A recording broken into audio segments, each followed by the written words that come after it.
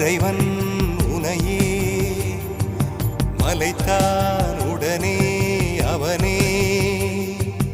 அழகை படைக்கும் திறமை முழுக்க உன்னுடன் சார்ந்தது என் விழி சேர்ந்தது விடிய விடிய மடியில் கிடக்கும் பொன்வினை உன்மேனி மீட்டட்டும்